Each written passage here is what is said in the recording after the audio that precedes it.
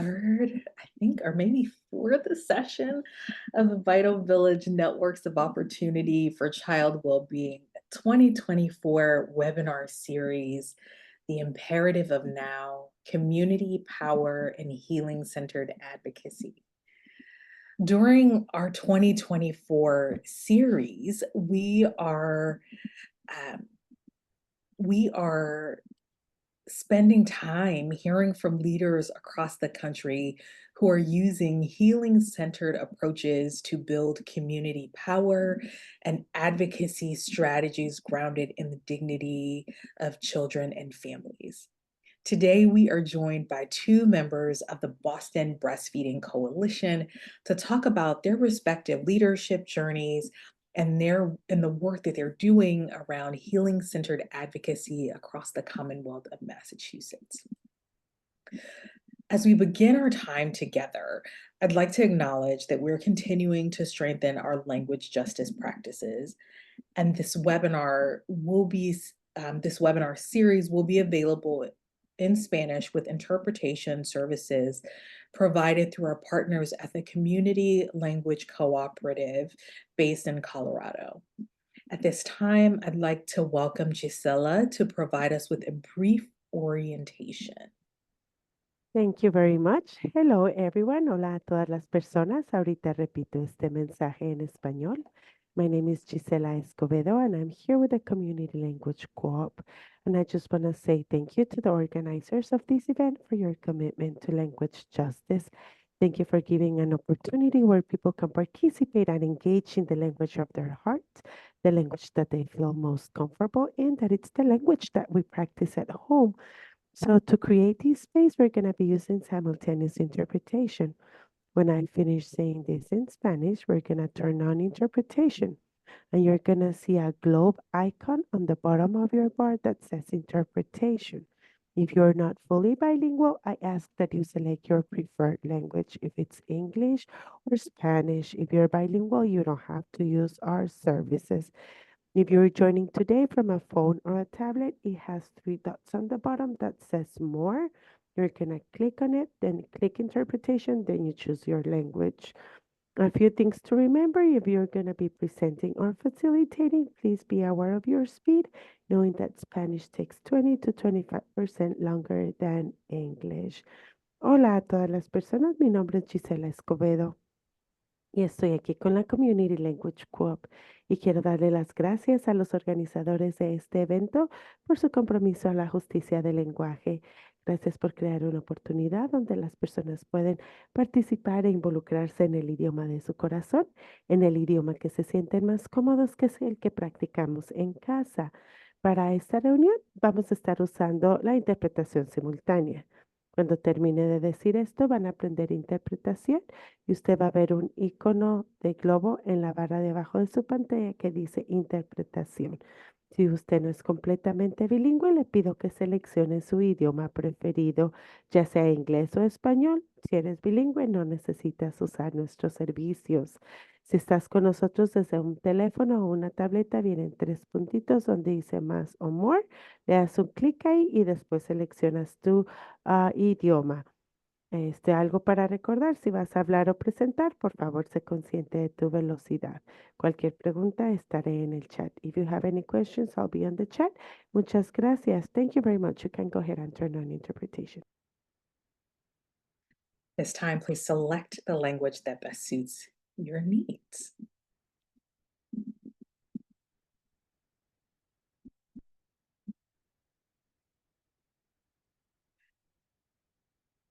Just leaving a moment to do that.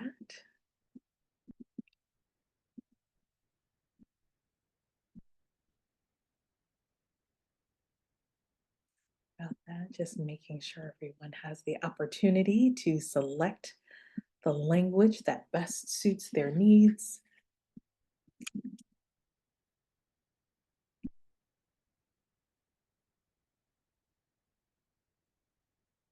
Just want to confirm that folks can still hear me.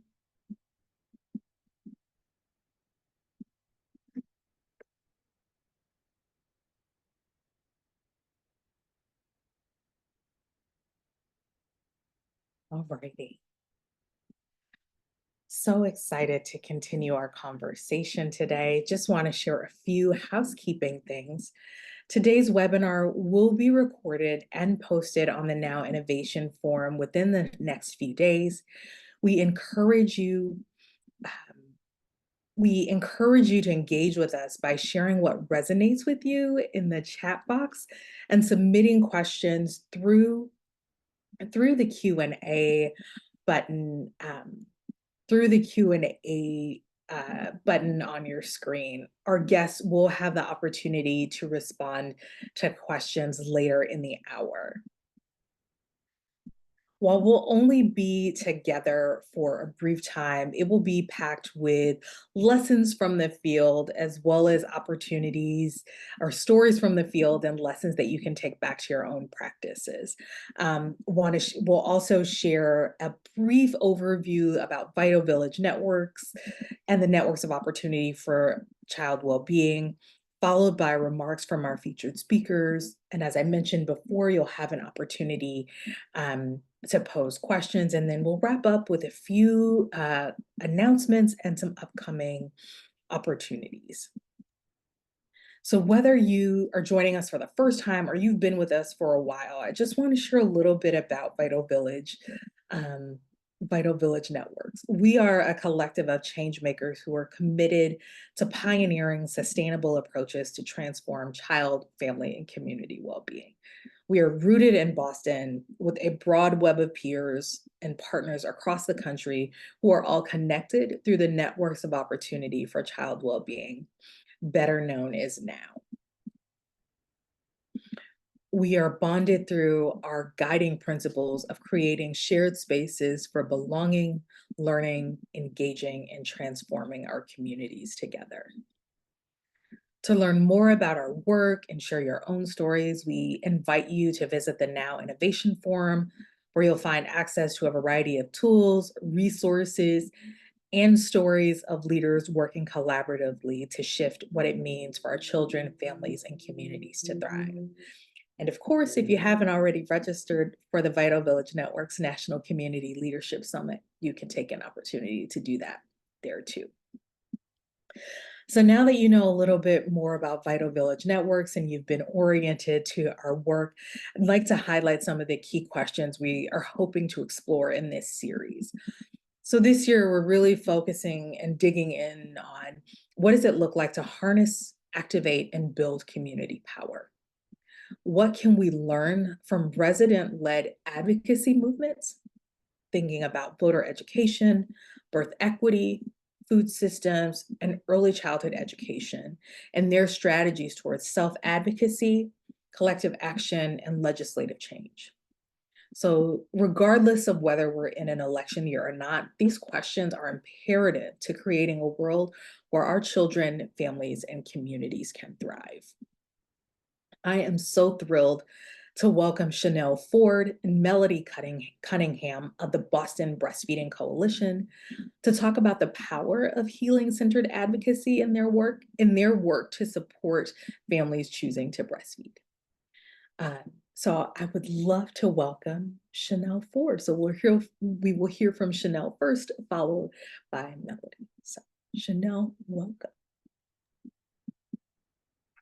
Thank you so much. Oh my goodness, what a joy and an honor it is to be able to share space with you all for a brief time today.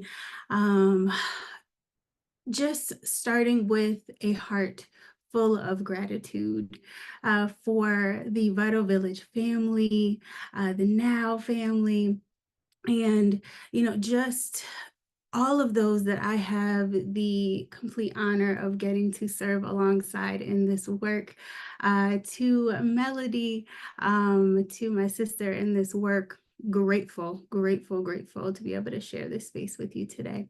So just going to share a little bit about this love of lactation that I have and the labor of love that truly is this practice that was created to support families and just allow them the space to be able to make a choice and to let them know that they have options.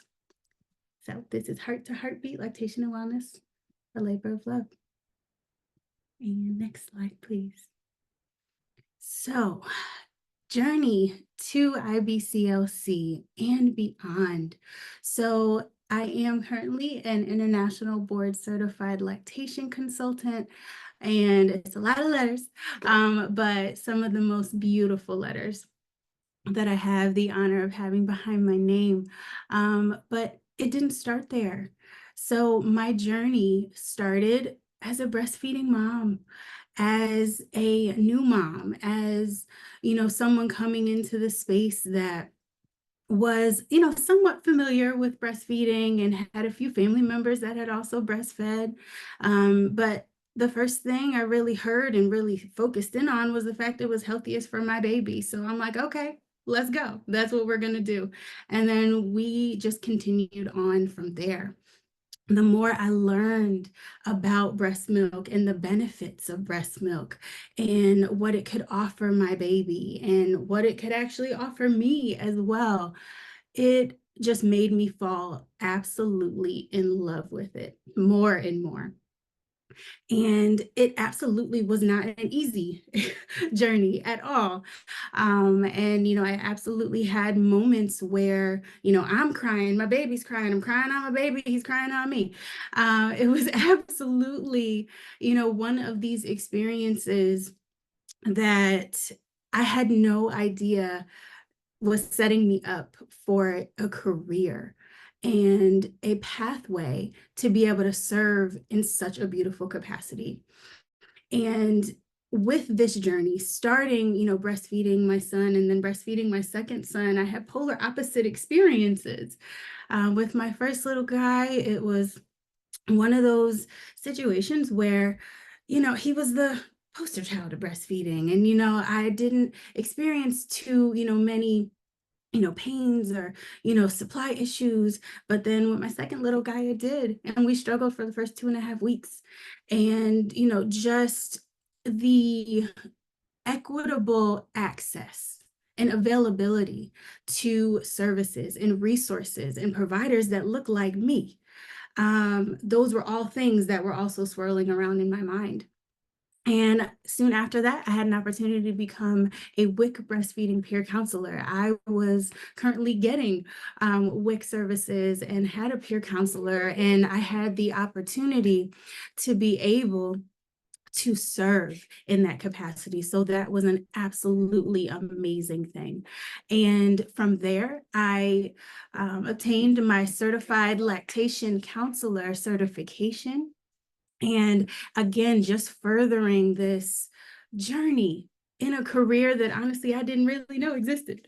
And again, the more I learned, the more I absolutely fell in love with it. So I got my CLC, and then from there, what do I need to do to get the top of the line?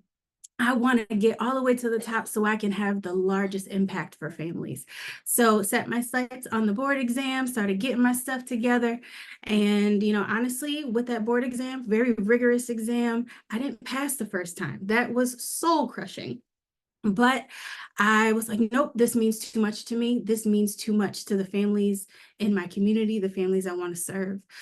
So, got my stuff together again, and I was able to pass.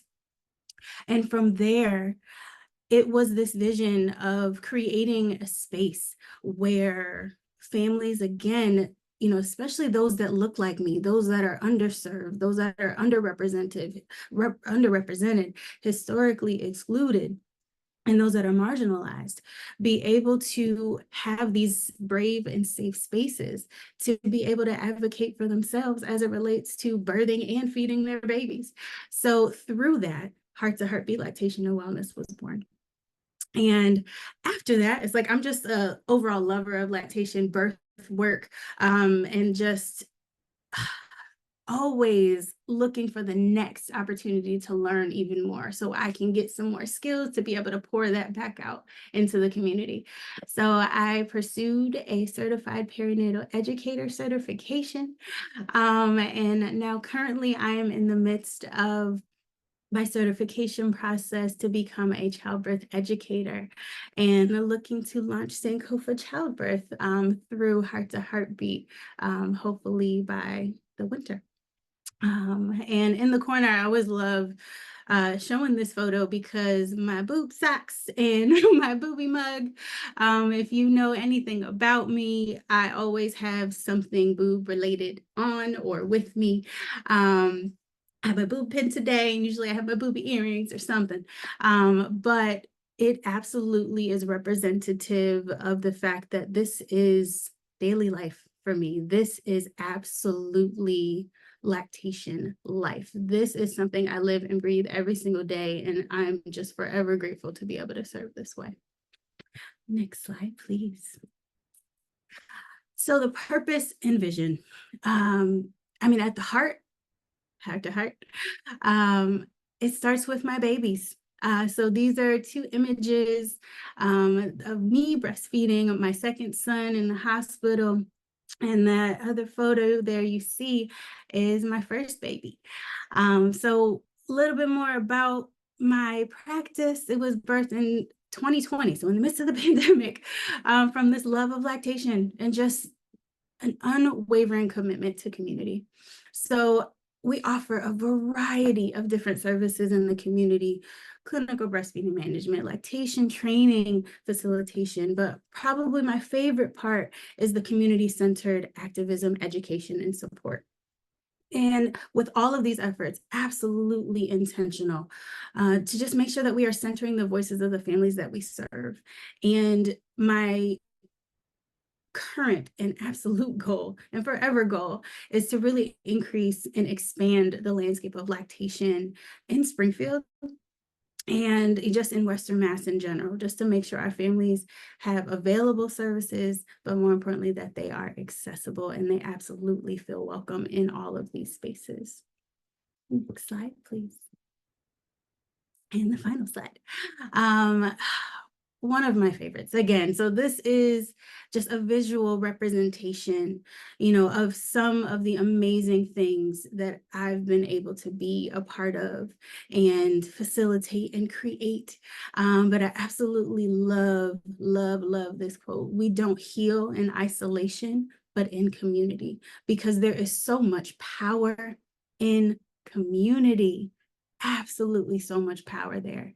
So I get emotional just looking at these images and just reflecting. And when I was creating these slides, I definitely teared up a lot because it brought me back to these moments, and again, just overwhelmed with gratitude that I was able to collaborate with so many amazing individuals. And I wouldn't be able to do this alone, and I wouldn't want to. Why would we want to? But just a little background on some of these. The photo, the large one with this circular white circle in the back, was from our breastfeeding walk that we recently did just for the first time this past August right here in Springfield. And we see a lot of City Hall focused photos in these images here, because we've had the amazing opportunity of getting to proclaim Black Breastfeeding Week in Springfield. We were the first town or city in the Commonwealth to recognize Black Breastfeeding Week with a proclamation. And that was something that was pivotal in, just my career, and just more so the platform that we've been granted to be able to, encourage and support and, just really spread this awareness. And the very next year, so that was in 2020 and 21, we celebrated National Breastfeeding Month with the flag raising. And then from there, these have been annual events. We've celebrated Black Maternal Health Week for the second year this year. And for the first time this year, Latina Breastfeeding Week. So Latinx Breastfeeding Week, we also celebrated. But again, as I look over these images from the flag raising to the breastfeeding walk, to Black Maternal Health Week, this photo that was taken with some fellow Black and brown Latino birth workers, in Springfield and just in Western Mass, just to be able to get a few of us together to really talk about, the real issues and the struggles that we face and, just where we want to go from here. And also some partners, some amazing partners with the USDHHS, and then also some of my fellow breasties that I have, again, the honor of getting to serve alongside. So some education classes that we've held and community baby shower that we've done pop-ups at. But again, this all speaks to the power of community and just the purpose in the journey and the fact that there is so much power in our stories, and being able to provide these spaces for families to advocate for themselves and being in such a vulnerable space. It's one that I absolutely don't take for granted, being allowed in, and absolutely carry that, with me in every single thing that I do. And being an IBCLC and getting to serve, also in this capacity as childbirth educator, it is the joy of my life, outside of being a mom. I'm grateful, absolutely grateful. So again, thank you so much to the Vital Village family for welcoming me, all the way out in Springfield. Being able to connect, across the Commonwealth is absolutely what we're here for, and just expanding our community. So thank you for allowing me to be part of it. And the last slide is how you can connect with me. Thank you so much, Chanel. Don't worry, you'll have more time to chat and check in with Chanel and have some questions in just a little bit.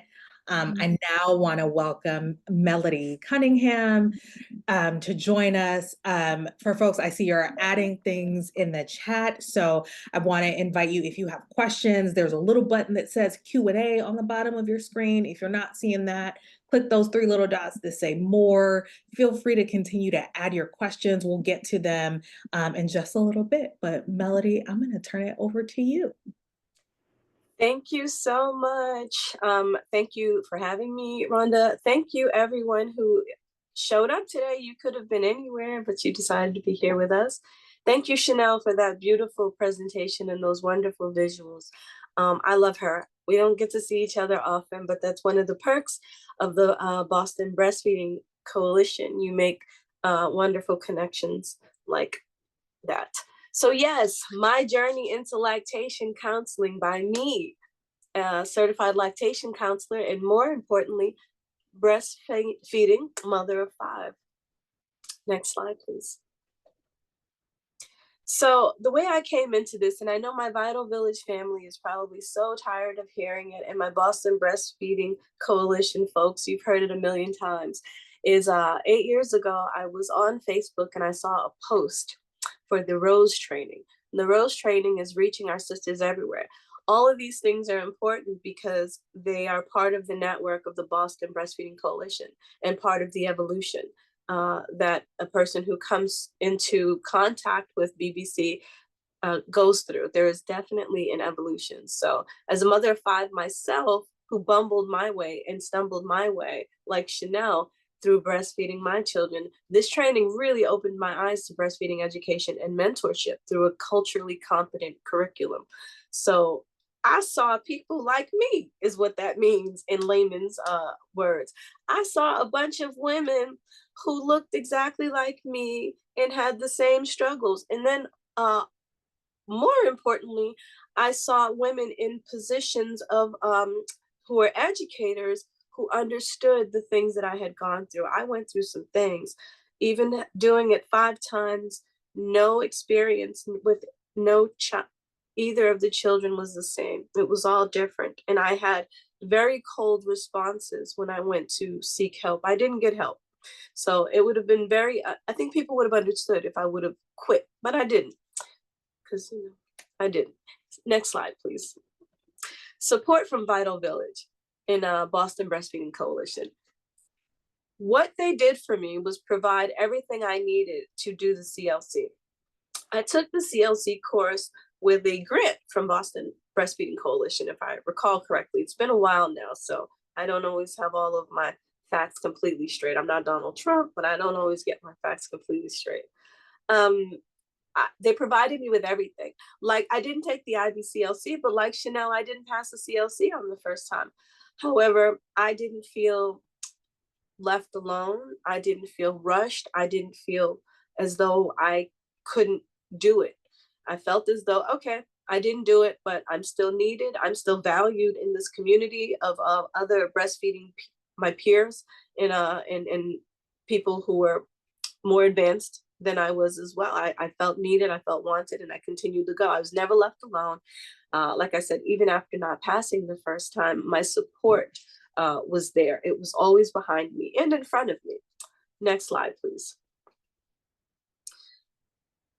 Though I didn't pass that CLC exam on the first try, I was determined because of Boston Breastfeeding Coalition and Vital Village's support. Again, they gave me the confidence to pass the second time. And once I received my CLC certificate, I hit the ground running, eager to help other mothers like myself.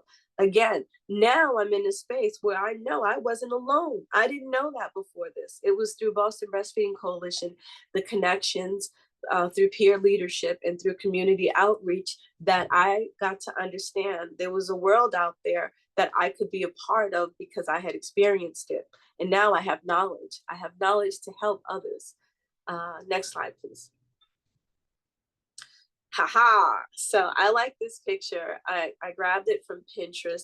Not sure who to credit, because it's just very real, and it's very kind of, it's not scripted, and that's what life is. That's what life is for a lot of women, and that's why a lot of minority and underserved women don't go and seek help. They don't have scripted lives. They don't have necessarily time allotted for, this is one of those je ne sais quoi things, you know, I don't know what things, certain kind of things, you know, not really sure how to say it, but I think you'll understand when I say that we in the community tend to kind of go through life unprepared, and we wing it like this. We do what we have to do. Since becoming a lactation counselor, I work with mothers, especially those in marginalized communities. My goal has always been to empower them with power and confidence in breastfeeding, offering support that they didn't know that they needed. What that means to me is letting them know that however you're doing it, whatever that looks like for you, is likely right. I can help you with technique and that kind of thing, but you're doing things well. And these mothers need to hear that. They need this reassurance. They need this confidence. And this is something that I had to learn that I needed through Boston Breastfeeding Coalition. Like, hey, mom, you're doing well. These little keys, these little things, these little touches, these little personal ads, they mean a lot. And just coming into someone's space and showing that you're comfortable with their space and whatever they got going on. And I say it like that intentionally. You know, if she wants to nurse like this in the middle of a lactation session with me, that's what we're going to do. You know, we're going to do it the way you want to do it, because there's no wrong way. Unless it's dangerous, there's no wrong way. Next slide, please. The ripple effect. So what coming to Boston Breastfeeding Coalition has meant to me, when I told you the previous slide, I hit the ground running. I mean, I hit the ground running. I started a business. So I'm a person from the community. Not only do I now tell everybody who will listen all of the things that I've learned through Boston Breastfeeding Coalition, but I can now go across the world and do that. My business has been good to me. I've started a viable business that has allowed me to travel. This particular photo isn't my photo, as beautiful as it is. Mine weren't as crisp, so I chose to use this to represent, but it's gorgeous. So yeah, this work has not only helped mothers, but it's brought me immense emotional fulfillment. The unintended benefit of this work has included traveling internationally and learning from mothers around this world and from mothers in my neighborhood. I get unintended benefits, you know, they're wonderful. So that's one of them. Next slide, please. My role in the Boston Breastfeeding Coalition, as part of the Boston Breastfeeding Coalition through the Vital Village Network, I work to improve access to breastfeeding support across Massachusetts. We advocate for pathways to lactation counseling, professional development, and building cross-sector connections. Again, layman's terms, we come together we hash out ideas, we talk to the community, we come back together, and then we present and we fight for what we know is needed. I'm pretty sure I summed that up the way I wanted to sum it up. So we can move to the next slide. I came in 2016, yeah, and founded in 2016. Unless I got this wrong, and somebody feel free to correct me.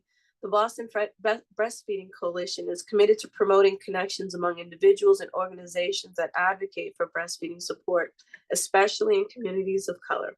The coalition addresses disparities and creates economic pathways for women to become certified lactation counselors and IBCLCs. I would have never found this pathway and found this as even an option for a viable life had it not been for Boston Breastfeeding Coalition and Vital Village. And I'm not the only one who's come into this. Because of them, I have been able to encourage others. And so it's a domino effect. It's a tree sprouting effect. Boston Breastfeeding Coalition is the roots, and the tree branches are sprouting all over the place. So we're going strong. Next slide, please. Breastfeeding rates have increased in marginalized communities. While we still need work on duration rates, the progress we've made is remarkable, and I'm proud to be a part of this change. I have no doubt that Boston Breastfeeding Coalition and Vital Village Network is a main reason that breastfeeding rates are going up in the Commonwealth. We do so much outreach, and even having conversations within our community. And in my opinion, those are the most important ones, because we plant seeds. We're planting seeds, and we know how rumors go and rumor mills goes. We're debunking myths. We're clearing up disinformation about breastfeeding now, but because we're armed and we're arming others. So yes, if we could go to the next slide, please, that would be great. When I joined in 2016, this is what the breastfeeding rates looked like. They weren't terrible, they weren't great. This is where we were. Next slide, please. As of 2022, this is where we are. I tell you what, it isn't where we want to be, but I can also tell you where it is. It's also not where we were. We are making an impact, and we are seeing growth, and it's wonderful. We would love to see more, and I understand we're going to see more as long as we continue to do the work that we do and recruit the way that we recruit the way that we have been, and Boston Breastfeeding Coalition continues to thrive. We will continue to see these numbers rise. I have no doubt about it. Next slide, please. Cross-sector advocacy and peer support. Our work in the BBC also involves cross-sector convenings, creating spaces for peer support and advocating for equitable care. We host baby cafes and breastfeeding support groups in Roxbury, Dorchester, Mattapan, and beyond. So we're out here doing stuff. We show up. We create spaces. We create family. We open our arms to the community for real. Like, we're really out there doing the work, doing the things, we're there. Next slide, please. Through service learning scholarships, the BBC has enabled community members to become lactation counselors, especially women of color. Over 80% of the coalition's peer scholars are women of color, reflecting our commitment to diversity and inclusion. Me, Chanel, the people in this panel, we're doing the work for us, and it's working for us, and we're creating. Look at us, we're here. And that's all I can say about that. Next slide, please. Together with the BBC and Vital Village Network, we're creating lasting changes in breastfeeding advocacy and support. From hospitals to city halls, we're pushing for equitable care and for all parents and caregivers in Greater Boston and beyond. Again, doing the work, continuing the fight, putting where our mouths are, right? Sweat equity. Next slide, please. And that is it for that. So once again, I want to thank everybody for letting me, talk and rant. And that was my 12 minutes. Thank you so much, Melody. It was beautiful. It was perfect. Chanel, I want to invite you to join us back on camera. I'd love to jump into some Q&A. I'm pretty sure I saw a few questions come in. Just want to remind folks, here's the button. This is what it looks like if you want to drop a few questions. I think I saw a couple come in the chat.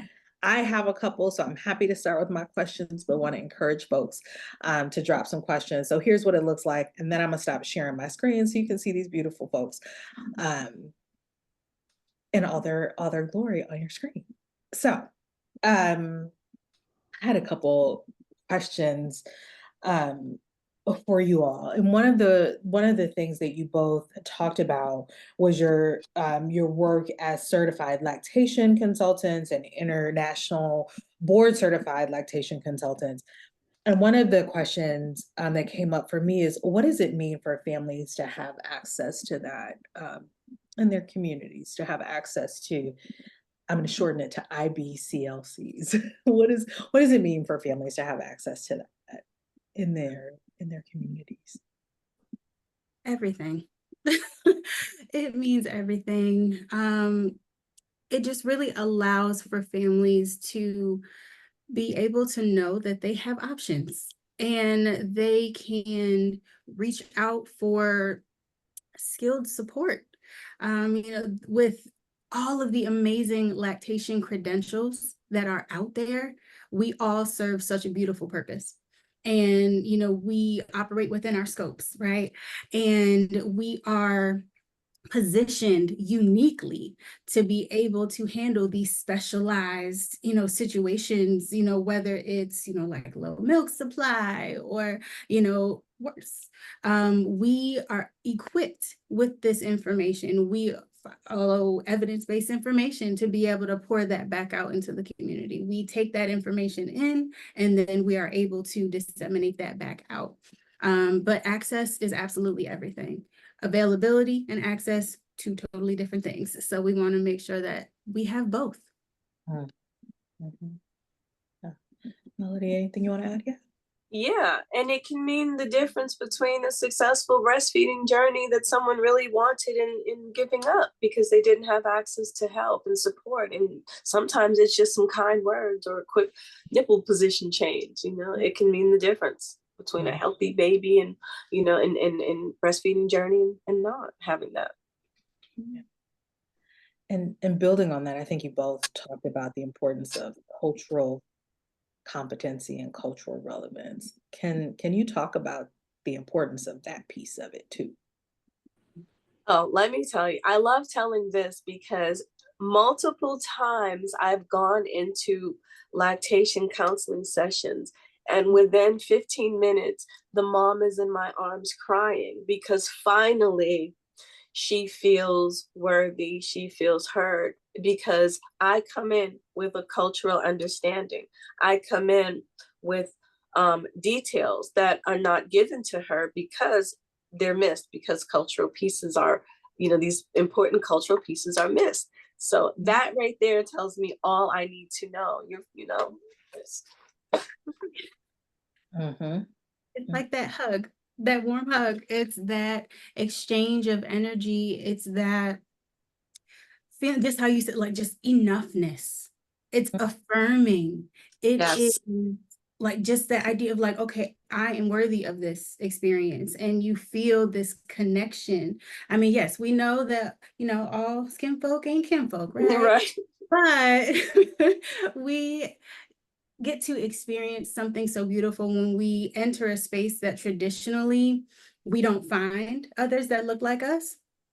So to be able to have access, to providers that are offering care that look like us, it's almost like this. Yeah, I can breathe. Yeah. Right. Like when you're coming into this space. So yeah, just it's so affirming, for families. And this is speaking from experience as well. Too. Yeah, it's what I hear you saying is like it's almost like folks are feeling seen and not feeling like they need to be fixed or a problem that needs to be solved, but rather like I see you. And yes, that's exactly right.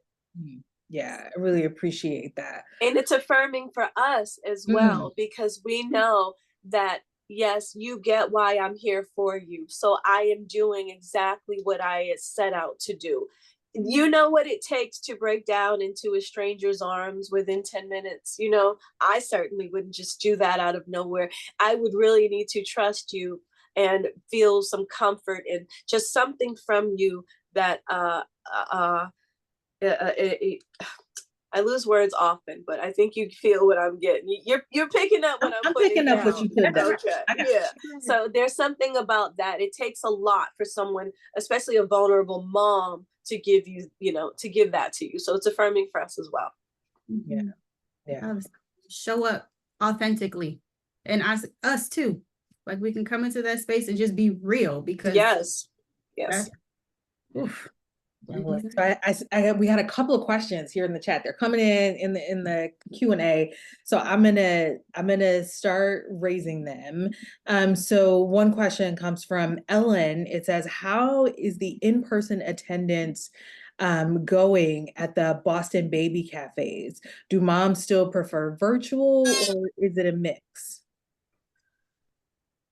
I'm not doing in person, but I can tell you everyone wants in person from what I understand. I'm trying to stay virtual, but they're not having it. The moms want, they want those human experiences again. They want in person. That's been my experience.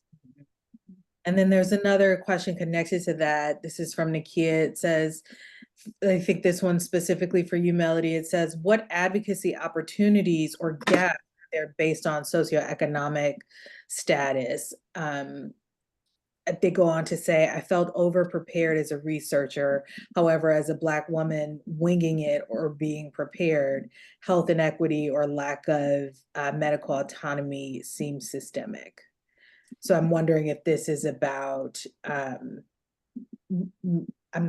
wondering if this question is about the certified lactation consultant exam. I'm wondering too, is it possible, are viewers also able to turn their mics on? Because maybe she can vocalize, because I don't really understand. They're not able to turn their mics on, but they can add in the chat. So Nakia, feel free to add a little more content in the chat if you want. Sorry, Nakia. And we can come back to that question. I do have a couple other questions too that have come up. This one's from Eunice. It says, what would your advice for someone like me that is on the path to IBCLC, but deal with so many difficulties like finances or sometimes self-doubt? So what advice might you give to someone who might be struggling a little bit? Keep at it. You are needed. That is something that was repeatedly told to me to honestly remind me, because it is a very discouraging, or it can be a very discouraging process. The pathway to, certification, it is riddled with so many different factors and barriers, and that honestly utter belief that we are needed, and the knowing, and just this sheer willpower almost, because I know for me, what drove me and continued to push me towards that and motivate me was honestly reflecting on why I started in the first place, reflecting on my experience with my kids and the, inequities that I experienced, the flat out racism that I experienced, whether, it was in the hospital birthing my babies, or, not having the representation and support in the community, whatever that looked like. There was so many different things that were standing in my way. Financial barrier is one of the biggest ones, because with the pathways, that's training, that is, resources, those books you got to buy. There's, all these different resources, these things out here, that are positioned to, essentially help you along, but that costs money. And I can say for me as a, single mom raising my two boys, and working and trying to navigate, just like life, it was a lot. So there were plenty of times, honestly, that I kind of scaled back. I'm like, I don't know. But I was reminded, I would say a prayer and say, no, you are needed in this work. And recognizing, just like Melody, alluded to as well, just the fact that, we are in this space for a reason. Like, we recognize the mantle that we carry. And we know those that we are bringing, up behind us, and those that are next to us, and those that are, in front of us, that we are, just working towards. It's necessary, but it is a lot. Lean into those communities, lean into your supports, align yourself with organizations like Vital Village, like the Boston Breastfeeding Network, even like the other national organizations, that center, equity within lactation. Align yourself. USPC, we have so many. Rose, my goodness. There are so many amazing individuals and organizations doing the work. Your local coalitions, your state coalitions. I'm a former board member of NBC. So, I mean, just reach out. You have to, take that initiative and just continue on. But honestly, always lean into those cheerleaders, just like our families need the cheerleaders sometimes, so do we. So lean into your village. Thanks so much for that. Well said. Yeah, that was beautifully said.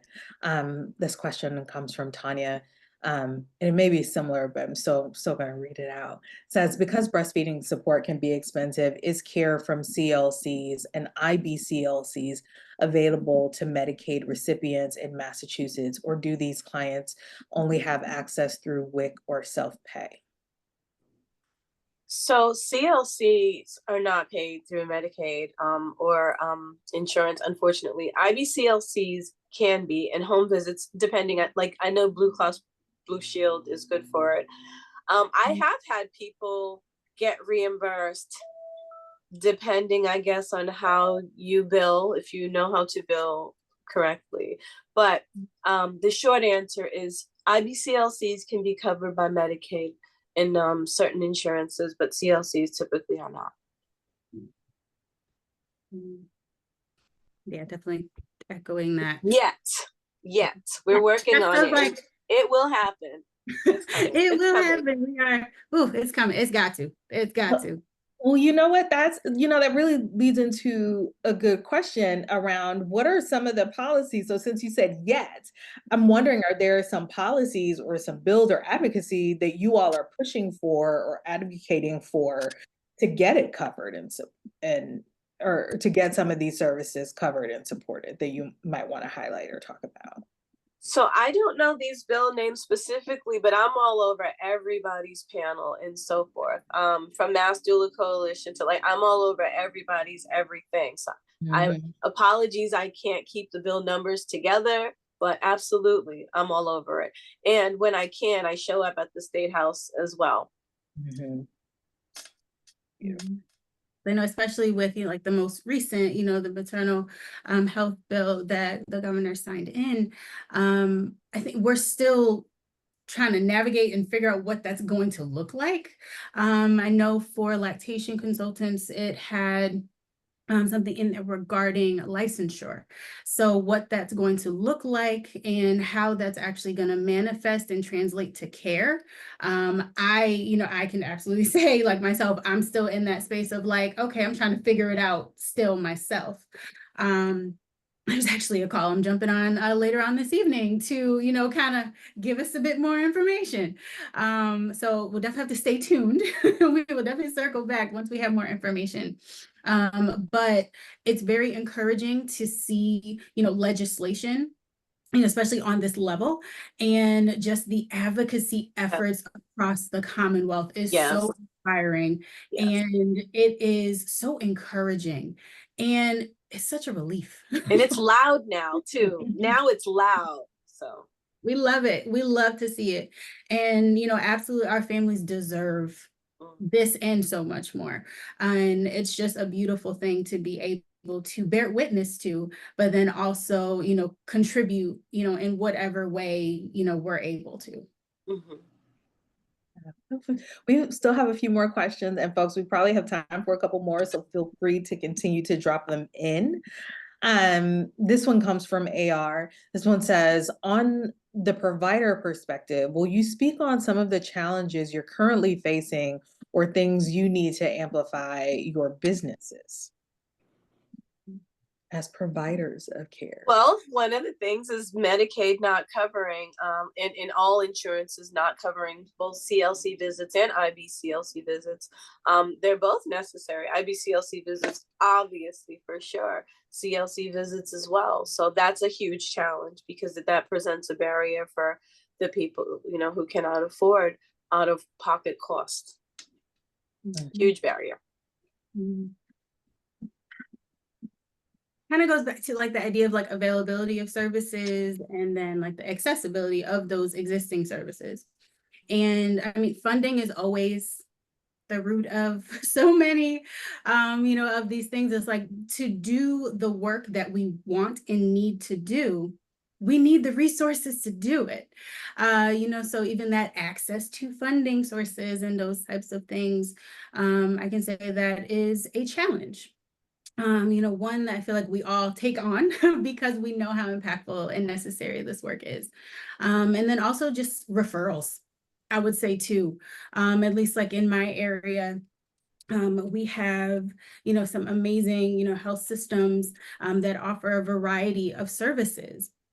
And it would be phenomenal to strengthen those, connections and, this pipeline, from our birthing spaces to the community resources.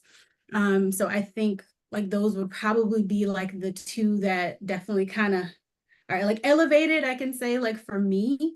As far as awareness goes and building, these connections and whatnot, I think we're doing a pretty good job at that, but we definitely can stand to improve just on the more so community, aspect and making sure that we're not operating in these silos and we are, really embracing all of the different, intersections, honestly, that lactation and just birth work has. I'll probably say those two. Yeah, I think this next question is sort of a tie back up to the one we were wondering a little more clarification about earlier. I think the question is getting at, if you don't have capacity for certification at the moment, how might you support others in this space? How can you help others in this space? Oh, that's easy. So if you don't have the capacity for, like, I don't have the capacity for IBCLC. So also, firstly, what does that mean? I have the capacity for CLC. I don't have the capacity for IBCLC, so I can do that. If I didn't have the capacity for CLC, there's peer leaders. There's peer support. You can still do that. And there's peer advocacy. You can still do that. You can still, inform yourself, be a part of BBC, show up, because all we do is support. All we do is support, inform, and arm. We arm so that you can go out there. You don't have to, though money doesn't have to be a barrier. If you really want to help and be a part of this, it doesn't have to be a barrier. There are all kinds of ways. Yeah, there's so many ways to serve. We have so many like lactation, like I said, credentials, but you don't have to necessarily hold those credentials, have those letters to support a family that's choosing to incorporate breastfeeding or breast milk, human milk, into their journey. You can be that cheerleader to say, you know what, you got this. You can absolutely do this. That doesn't take, having letters behind your name to do that. There are so many different ways to be able to offer support. And we pass information along. I'm not qualified for every dilemma that comes my way, and vice versa. People refer within the coalition and within BBC, people refer people to me as well. So we delegate, we pass off, and we support each other in whatever capacity. So there are all kinds of ways. You can even be a referral person. There are so many different ways to get involved and to help. Absolutely, that are free and that don't, necessarily cost you financially anything. But just spreading the word. I can't tell, honestly, I can say as far as like professionally, I've gotten more families and clients just by word of mouth. And literally like that family referral, like, okay, I have a friend here, and then, okay, you help me. And then, I told my cousin about you. Yes. Kind of thing, like, all right, now I got my cousin out here in California. Can y'all talk? Can we do this? So it's literally been building this community and really just, yeah, there's no wrong way necessarily to offer support. You can never. What I hear you saying is show up, because you have a gift that the coalition, that the Boston Breastfeeding Coalition needs, and show up. You are a gift. You are a gift. We'll figure it out. That's it. You know? That's it. You are a gift, and we need you. So come on. I think we have time for just one more question. This is the very last one. Do you work? This one comes from Tamika. Do you work in tandem with doulas? And I'm going to add to it. If so, how? Wow, can I take this one? I'll take this one. I am a doula. For me, that was the natural progression. I had terrible birth experience and lactation experience. I just had terrible experiences across the board. So that was the natural progression for me. So I am a doula. I do, and I'm a doula who comes with a benefit of being a lactation counselor. So it's a great selling point. Absolutely. So I can say I'm not a practicing doula, but I did go through a doula training just because I wanted to have, just like that knowledge base. And again, sucker for all the education, all the things. But just to be able to collaborate. We have some amazing doulas, Black doulas, Tanita and Laconia of Springfield Family Doulas. And my girls are out here doing the work, just like we were saying, right? And the fact that we have the opportunity to collaborate on events, we, get together as often as we can, and really sharing and creating spaces together within our community. And again, just speaking to that piece of collaboration and making sure that we're not operating in our silos. And I can say it's a beautiful, beautiful thing where it does not feel like competition, where it's not competition, because we recognize and honor the roles that we all play. And we bring our strengths. We can show up and we're like, okay, yeah, we're here. So let's do it. So it's a beautiful and amazing thing to be able to collaborate in that way. But so much intersection. I mean, it's birth work. We're serving families from, the prenatal period. And honestly, we need to put a little bit more focus on preconception too, but that's a whole other topic. Yes. But that education piece, and then getting into, the clinical aspect that I'm able to do, with the IBCLC. But then again, childbirth education. That's why I was drawn to it, because this piece of just being able to share the information, equip families so they are as prepared as they possibly can be walking into these birthing spaces. Well, Chanel and Melody, thank you so much for taking time out of your schedules to share your wisdom, share your stories, share your leadership with me, with us, with our network. We are just so grateful for the work that you do on behalf of our babies, our families, and our communities. I think your work is essential to the healing and the advocacy of our communities from the inside out. So thank you for not only being members of our village, but being leaders in our village. So we so sincerely appreciate you. Melody, did you want to add something before we turn over to how we stay connected? Yeah, no, just wanted to thank you for entrusting me and Chanel, and for us to have this opportunity to speak about our experience. It's very important, and we appreciate it. Thank you so much, Melody and Chanel. For our participants, before you leave today, I just have a few announcements, so don't run out yet, about some things that are coming up. So main thing, if you have not already registered, the 11th annual Vital Village Network's National Community Leadership Summit is less than 3 weeks away. Registration is closing soon.